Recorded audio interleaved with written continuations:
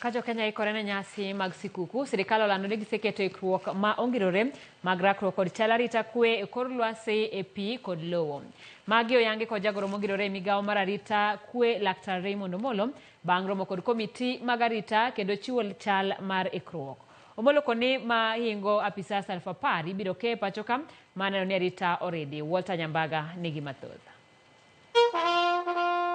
Kaka okang' mar neno ni onge ng'ikruok e yore mag arita kwe pacho ka, sirikal okoni giseketo okenge mongirore mar neno ni onge fuok kata thuolo mag njore pacho ka e kinde mag sikuku.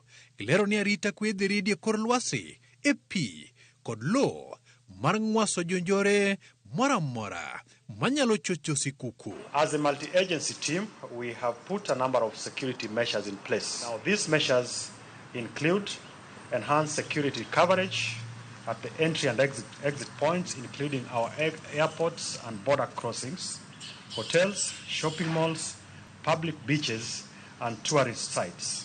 Magi oyangi kod jagoro mongirore migawo mar arita kwe Dr. Raymond Omolo bang' timo romo kod jokanyo mag kamiti mag arita kwe monywando gai mar Obila Douglas Kanja, tendo kwach kich Amen Mohamed kod commanders mag counties. Omolo olero ne gibiro tiyo kod majoni obila mapile mar jiwo arita kwe kendo chuogo kuonde mag chiwo amuri kata command centers e kinde nyasi. And we have also deployed additional traffic officers to be on the roads so that then we also ensure free traffic flow.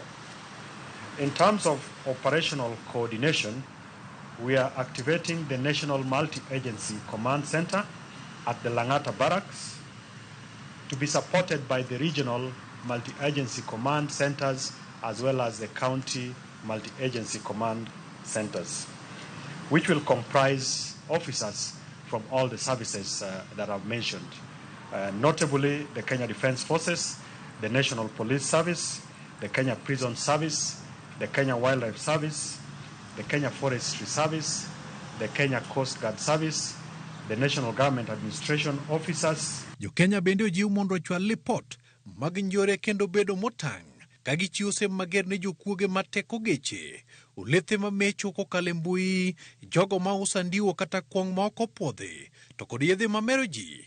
Siem bende ogol ne jok matiyo kod rowere e yo maricho. And in the spirit of community policing, we call upon the general public to report any crime or unscrupulous activities.